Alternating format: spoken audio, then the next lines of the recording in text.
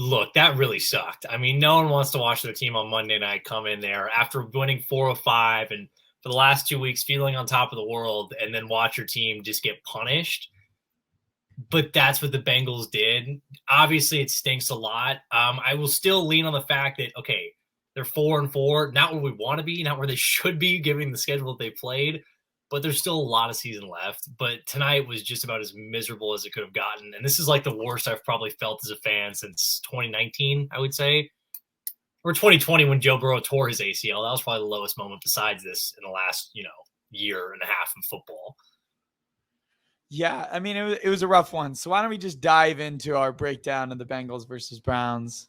Because clearly you have a lot to talk about. So I'll open the floor to you. How are you feeling as a Bengals fan? Yeah, I mean, I kind of, like I said, it's not a great feeling. Again, for me, so many of the issues at STEM, it's the same stuff. It's the same stuff I feel like was just put on 10 tonight. They started slow, tip pass turnover. That happens. You wipe that off. But the offense really outside of that had looked good at the start. But then when you force them to get off script when we fall behind, we look really off. The offensive line could not protect Joe Burrow to save their life. Jonah Williams, who we've already guaranteed money to at this point by picking up his fifth-year option, was continually getting whiplashed by whoever it was. It didn't matter who it was. It could have been Deion Jones coming over, or it could have been Myles Garrett, who just made him sack lunch every single time. And on the other side, Lyle Collins is not much better. And then outside of the offensive line, really, play calling standpoint, what a total regression from what the last 3 to 4 weeks had been. Zach Taylor had been doing the right thing, dialing up balls deep, playing more to the intermediate outside boundaries, going vertical with his offense that we had seen so much last year. And I know you lost Jamar Chase, but it's completely inexcusable to go back to this dink and dunk little offense when you have two legit wide receivers on the outside. One of them who's T. Higgins, who's an arguable top 10 guy in the NFL, and Tyler Boyd, who's a guy I think most people would say top 25, top 30. That's more than enough service on the outside to be able to make plays. They've done it all the time last season, this season. Why we decided to go back to 35% of our plays being behind the line of scrimmage, I don't know. It makes no sense. I don't know what the decision-making was on reverting back to play calling. I know that you can't pass protect, but that being said, you still have to try. We cannot just have a bunch of 4-yard routes. It's not going to work. Teams can just sit on that. And Zach Taylor didn't get off of that at any point all game. And it's infuriating. And it was just a lot of the same issues. And it just sucks even more because it's on Monday night. And Cleveland has just had our number as it be for the eighth time in 9 tries. I mean, it's like a nightmare when we play them. I don't know what is. I don't think Cleveland's offense is the same thing. They just run the ball on you. And it's not an offense that really scares, but that's just what they do.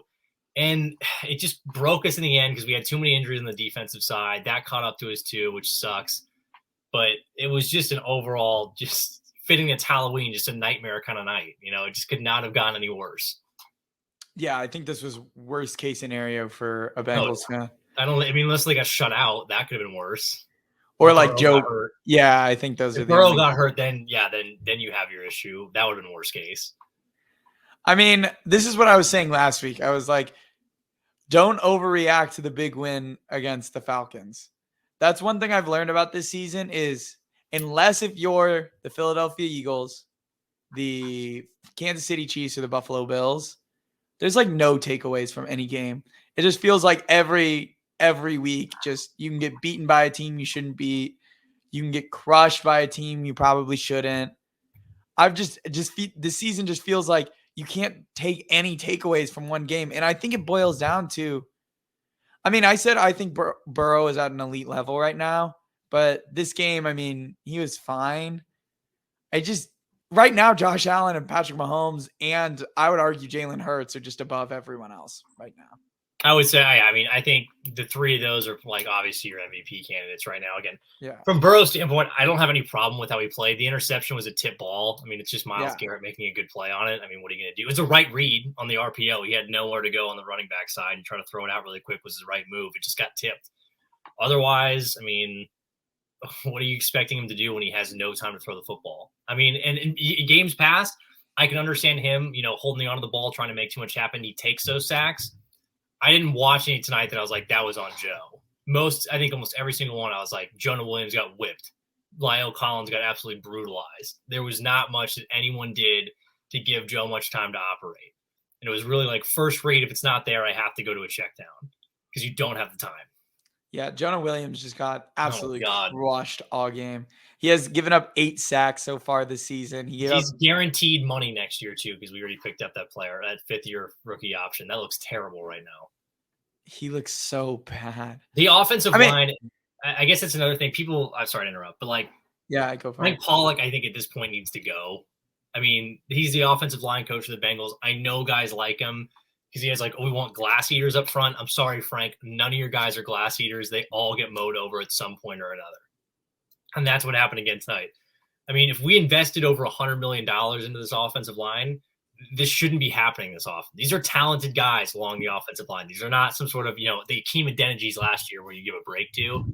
These are established pros that have all seemed to regress under your tutelage. So I think there's a real reason he has to be gone. And frankly, it's just a mess up front, and it continued to be. Yeah, it's not looking good. I mean, Jonah Williams has regressed. I don't feel he looked really good, or he was the only good piece really on that offensive line last year. Mm-hmm. And then this year, he's by far their worst piece right now. I would say, yeah. I mean, tonight was a disaster. It was disaster. And it wasn't just he got bullied by Myles Garrett on a couple of plays. It was anyone. He was getting bullied by everyone, and it wasn't the same way. It wasn't like he was getting beat by speed every time. It was, no, sometimes they just took the inside move and just crushed him, or they went on the outside and bended around him. Yeah, in any way, people were beating him. Well, one of the worst ones, at least in my mind, was I think it was the Garrett.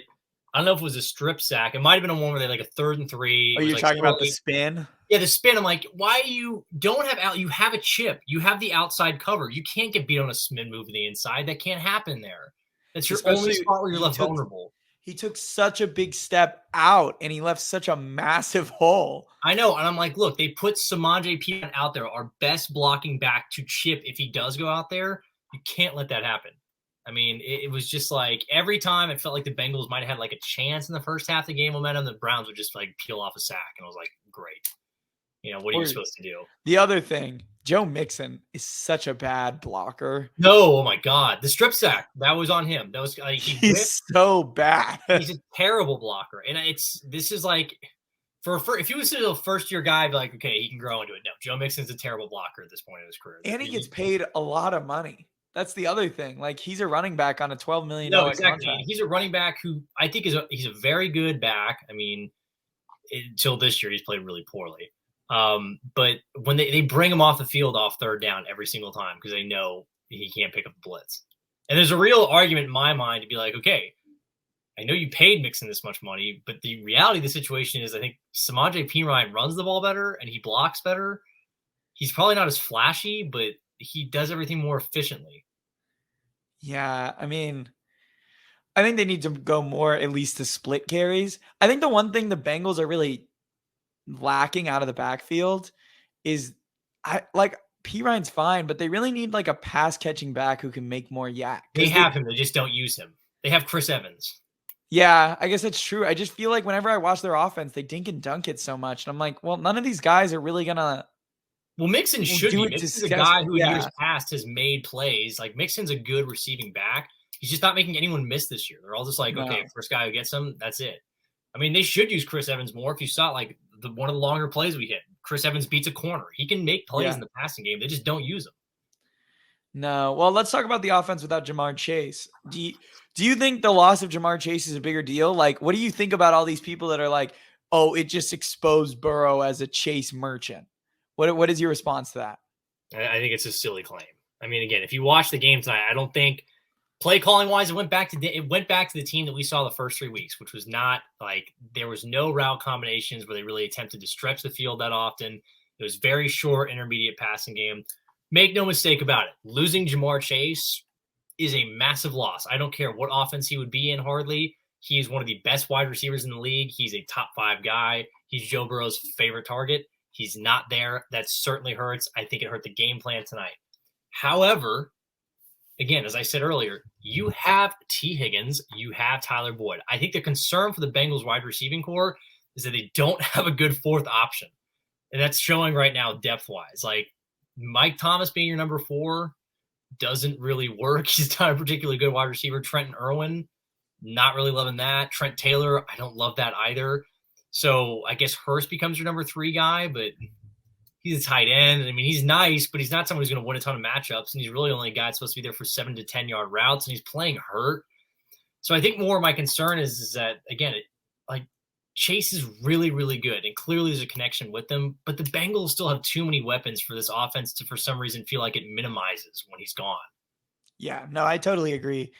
I mean, as we talk about it, I don't want to say that the offense looks like they stall without Jamar Chase. I don't know even if they have Jamar Chase, if this outcome is that much different. I bet you it's, I mean, there's probably a difference. I would say certainly anytime you add Chase into the equation, the game probably goes a little bit differently. Because I think they would have called the game way differently. Again, I think this play calling was completely changed because you miss him.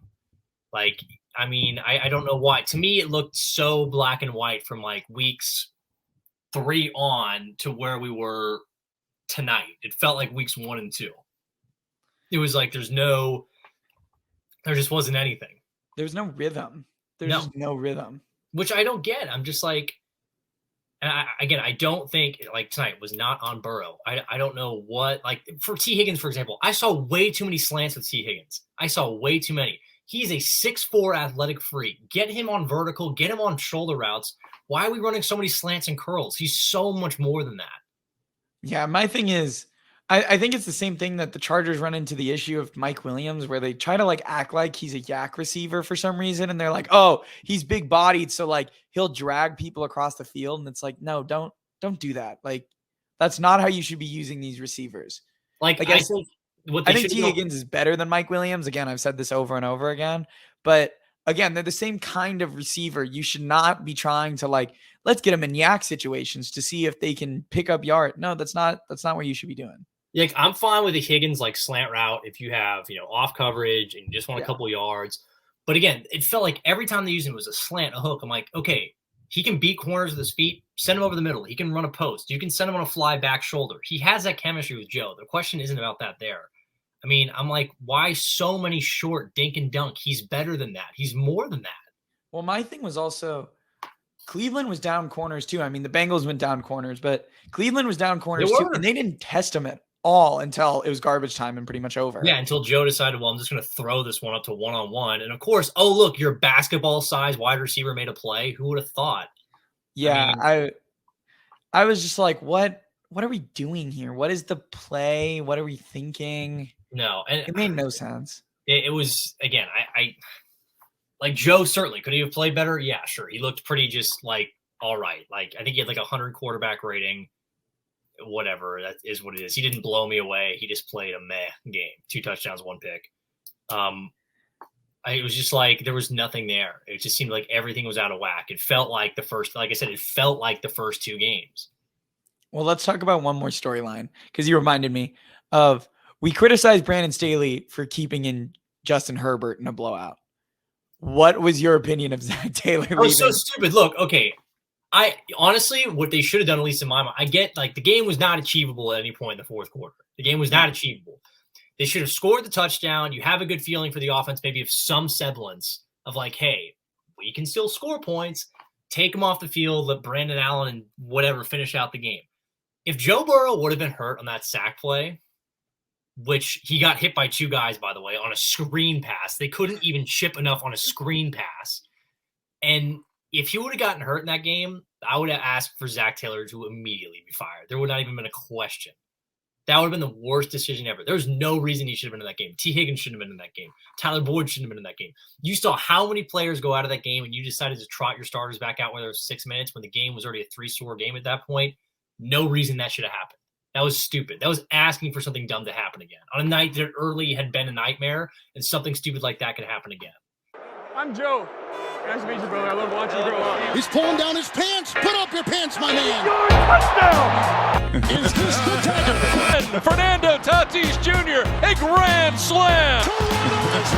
I want Iguodala. It's funny to hear a female talk about routes. Like, pull up your pants, take off the bra, and be a man. Welcome to From the Backseat, hosted by Clark and Ethan. it's funny.